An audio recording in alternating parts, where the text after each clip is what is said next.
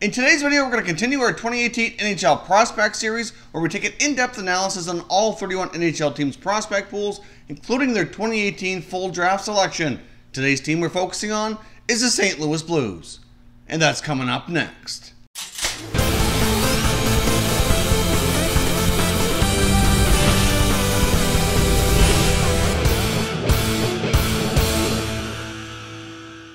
Hey everyone, and welcome back to another video here at Top Shelf Hockey. If you're new to the channel, thanks for stopping by. We review and discuss all 31 NHL teams, so if you're a huge hockey fan, consider subscribing and clicking the bell so you don't miss anything. As I mentioned off the top here today, we're discussing the St. Louis Blues prospects. We're going to take a deep dive into the St. Louis Blues prospect pools and analyze who I think are their top 6 prospects who are most likely to make the NHL between this year and the next couple of seasons here. Now, I do think the St. Louis Blues have one of the more intriguing prospect pools around the NHL. They certainly have a good mix of players, and they have a couple players who I think have the potential to be some high-end forwards. So let's dive in here and take a look at what the St. Louis Blues have coming up through the prospect system. First up, we got goaltender Ville Husso. Now, Ville Husso was a 2014 draft selection, taken number 94 overall, originally from Finland. He's now been playing in the American Hockey League for the past 2 seasons and putting up some pretty decent statistics. In 2016-17, he put up a 2.37 goals against average with a .920 save percentage. In 2018, he put up a 2.42 goals against average with a .922 save percentage. So Husso is certainly getting it done at the American Hockey League level. Ville Husso is a pretty good sized goaltender. He's 6'3", 205 pounds. He's a technical goalie with quick reflexes. He's got great positioning, and he has a great ability to be mentally focused. When he does allow a goal, he's able to shake it off and move forward, which is very important. As we know, goalies need to have a very short-term memory to be successful here in the NHL. Considering Husso's strong play at the American Hockey League level here, I think he's likely NHL ready very, very soon. I wouldn't be surprised if he gets a little bit of time this coming season, depending on injuries and strong play or not. Obviously, if he keeps up his end of the bargain and keeps playing well, if either Jake Allen or Chad Johnson happen to be injured or not be playing very well this season, would not be a shock to see Husso get some NHL time this year. With Johnson being on the contract only short term, I could see Husso challenging for an NHL spot on a full-time basis, more than likely as early as next season. I also think it's possible, depending on how Jake Allen plays, that he could challenge Jake for the #1 spot here in the net over the next couple of years as well. Obviously, Jake Allen, I think, is a pretty solid goaltender, but he has had his problems with consistency and keeping up a strong, consistent play all season. So depending on how his play goes, Husso certainly could be the #1 netminder here in the future in a couple seasons' time. Next up, we have a left shot defenseman in Jake Wallin. Now, Jake Wallin was also a 2014 draft selection, taken number 82 overall, played college hockey in the NCAA, and now has a pro season under his belt in the American Hockey League.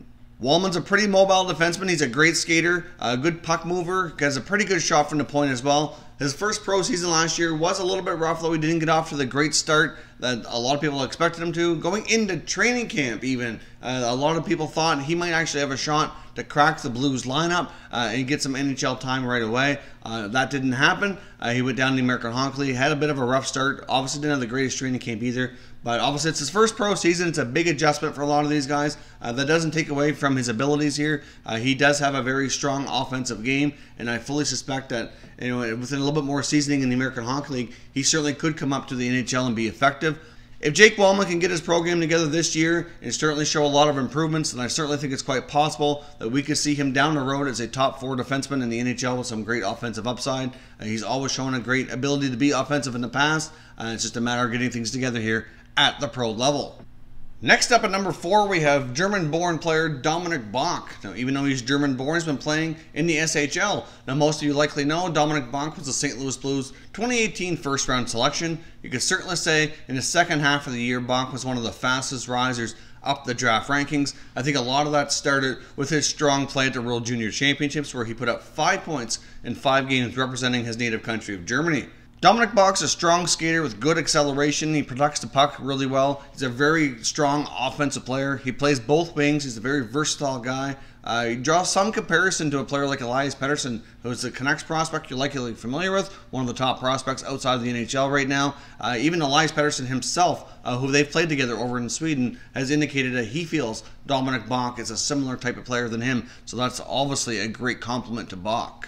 Dominic Bach has really high hockey IQ, like he's a really smart player. He's got really quick hands, and in my opinion, he's just a natural goal scorer, and I can certainly see him becoming a fairly high-scoring winger at the NHL level here. It's hard to say exactly when he projects to make the NHL. I think he's probably 2 seasons away, but with his strong play here, I think that's why I'm at number 4, is I think he's going to be more of an impact player here, possibly than some of these other guys they have on their list. He might even at some point prove to be a better prospect than some of the guys ahead of him, but that's going to take some time to prove that. If you watched a lot of my 2018 draft and top prospect videos leading into the draft, you'd see Dominik Bokk was a player I was very high on. I was very impressed with what he brings to the table here. I do think it's possible longer term he could potentially be one of the best prospects here in the Blues system and be a big impact player for them for many years to come.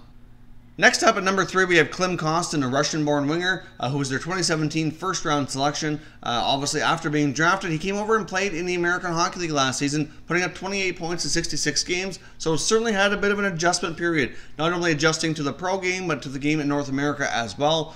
He did have a break during the season to go play for his country at the World Junior Championships, and he had a fantastic tournament, putting up 8 points in 5 games. So obviously at that level, you could still see that offensive ability was a lot more apparent than at the pro level, but a lot of these guys do need some time to mature and adjust to that pro game, so I don't think there's anything to be too concerned about. Clink Austin is a fairly big-sized winger here, so he's got a big body, but he's not afraid of the physical play at all, which can certainly bode well when it comes to play along the boards, in the corners, going to the net, etc.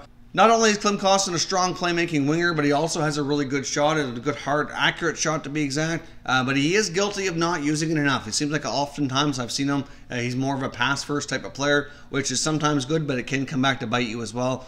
So Austin needs to learn to use that shot to be more effective as he works towards becoming a pro player. But as I mentioned, he doesn't shy away from that physical play. I've seen him deliver some pretty big, hard hits. Since Clink Austin has a high-end offensive skills along with the big body power forward type of player, it's a mix that you don't see as much anymore. That could make him prove to be very valuable and help him be a little bit more of a unique player for the St. Louis Blues moving forward here. So if he can get his offense going here at the pro level, I think he could prove to be a very valuable winger long-term here for the St. Louis Blues. Next up, we have Jordan Cairo, who was a second-round selection back in 2016. Cairo is from the OHL, played for the Sarnia Sting, and he absolutely tore it up in junior last season, putting up over 100 points as one of the most dominant players here in the Ontario Hockey League last year. Now, Cairo also had a break to go play for Canada at the World Junior Championships, had an awesome tournament, putting up 10 points in 7 games, really stuck out as one of their top forwards for sure. Cairo is a very versatile forward. He can play center or wing, but I think he projects to be more of a winger at the NHL level. So Jordan Cairo, to me, has elite level skating. He has incredible speed, which is a tremendous attribute in today's fast-paced, high-skilled game. He's also an incredibly gifted stick handler and puck protector, so that goes very well together as well. He does have a pretty good shot as well. It's only okay, though. I wouldn't say it's fantastic. It's something he's continuing to work on. More of his goals are scored by getting open and dangling around his opponents, etc., and deking out the goalies. So obviously, Cairo is still working on his shot, but overall, this kid has tremendous offensive high-end talent here with the speed to boot. So I think he has the potential to be a really solid top 6 winger at the NHL level. Now, it is possible he could make the team at a training camp this year, but with all the additions we saw the St. Louis Blues make in the offseason, that is something that's probably going to be a little bit of a challenge for him for sure. So it is possible he could start the year at the American Hockey League level. He's no longer junior eligible after he completed his last season of junior, so it's either NHL or AHL for Cairo. Wouldn't be surprised to see him get at least some time in the NHL this season, but I do think the St. Louis Blues have themselves a really high-end forward here in a couple seasons' time. Now, next up, I want to talk about the 2017 first-round selection, and that's Robert Thomas. Now, Thomas is an average-sized guy, about 6 feet tall, around 195 pounds, but he has great offensive abilities and great defensive abilities. He's certainly one of the more solid two-way prospects around the NHL. Robert Thomas played his junior hockey in the Ontario Hockey League, mostly played for London, but last year he was traded to Hamilton, which turned out to be a great experience for him. Hamilton went on to win the Ontario Hockey League Championship and compete for the Memorial Cup. Unfortunately, they did not win the tournament, but it's still playing in that tournament. I'm sure it was a great experience for Thomas moving forward. Now, as I mentioned, Thomas is a great two-way center, but his strongest attribute likely is his hockey sense. Robert Thomas is an incredibly smart player. He has that ability to kind of slow the game down in his mind, anticipate the plays, and kind of see plays ahead of the game here, which makes him an incredibly dangerous offensive player as well as a very gifted defensive player. To give you an idea on his offensive abilities, he did put up 79 points in 49 games last year in the OHL, so he can certainly contribute on that side of the ice. At the same time, being a really solid penalty killer, pretty good on faceoffs, and being a very responsible two-way center iceman. Now at the NHL level, I don't know if he has the offensive talents to be a number 1 center, but I can certainly see him being a very solid number 2 or number 3 center, depending on how well his offensive abilities seem to adapt to the pro game. I can see him being a number 3 center for sure, but I do have the possibility here that he could make his way up and be a solid number 2 center as well, often playing up against other teams' top forwards. I would probably draw some comparisons to a player like a Patrice Bergeron, for example. Not exactly like Bergeron, but he's probably the NHL player that I think he most compares to. I think Bergeron, myself, is one of the best comparisons at the NHL level, just to show that he's such a smart player with strong two-way play. Now, there has been some speculation that Robert Thomas could make the team at a training camp this year and actually be an NHL player, and I'm not going to say that's not going to happen. It certainly is a possibility. Listening to General Manager Doug Armstrong earlier this offseason, he seemed quite optimistic that players like Thomas and Cairo could get into the lineup and get some NHL action under their belts this year. The only thing with Robert Thomas is that he's still eligible to play another season of a junior, which means he's not eligible to go to the American Hockey League. So obviously, once they send players to junior, they normally leave them there until their season's complete. I wouldn't be surprised to see Thomas get that 9-game window at the beginning of the season where he can get some NHL action under his belt, see how it goes before they make that decision whether or not to send him back to junior. Obviously, he's accomplished quite a bit at the junior level, so if he's ready to compete at the NHL level, maybe it makes more sense to bring him to the NHL this season. But at the same time, if he's not quite ready, or if they have too many other players ahead of him on the depth chart, it might not be a bad idea to send him back to junior, let him dominate in that league, maybe have another shot at a league championship, if not maybe a Memorial Cup. It would also give him the opportunity as well to play in the World Junior Championships as well, which if he does do that, he'd be a huge player for Canada, more than likely end up being their team captain. So it could be a very strong year of development for Thomas should he end up going back through the junior ranks. So next up here, I want to take a full summary of their 2018 NHL Draft selections. We already spoke about Dominic Bokk, who was their first round selection. So I'm going to put a graphic up here on the screen. It's going to show you the full summary of all their picks, and we'll go through them here one by one. So as I mentioned, Bokk was their first round selection, number 25th overall out of the SHL, primarily left winger, but can play the right side as well. Their second round selection, number 45 overall, out of the University of Minnesota, they selected a defenseman, Scott Perunovich. In the fourth round, since they did not have a third round pick, they took a goaltender from Swift Current, Joel Hofer, number 107 overall. Now, obviously, Swift Current actually was in the Memorial Cup as well. Hofer didn't really see a whole lot of playing time during the playoffs and into the Memorial Cup, but just being there was probably a great experience for him, and he should likely be the starter for Swift Current next season. Next up in the fifth round, 138 overall, they took a forward out of Western Michigan, Hugh McGing. Next up in the sixth round, 169 overall, they took a right winger out of the QMJHL's Cape Breton Screaming Eagles, Matthias Laferriere. And last but not least, in the seventh round, number 200 overall, they took a defenseman from the OHL's Barrie Colts, Tyler Tucker.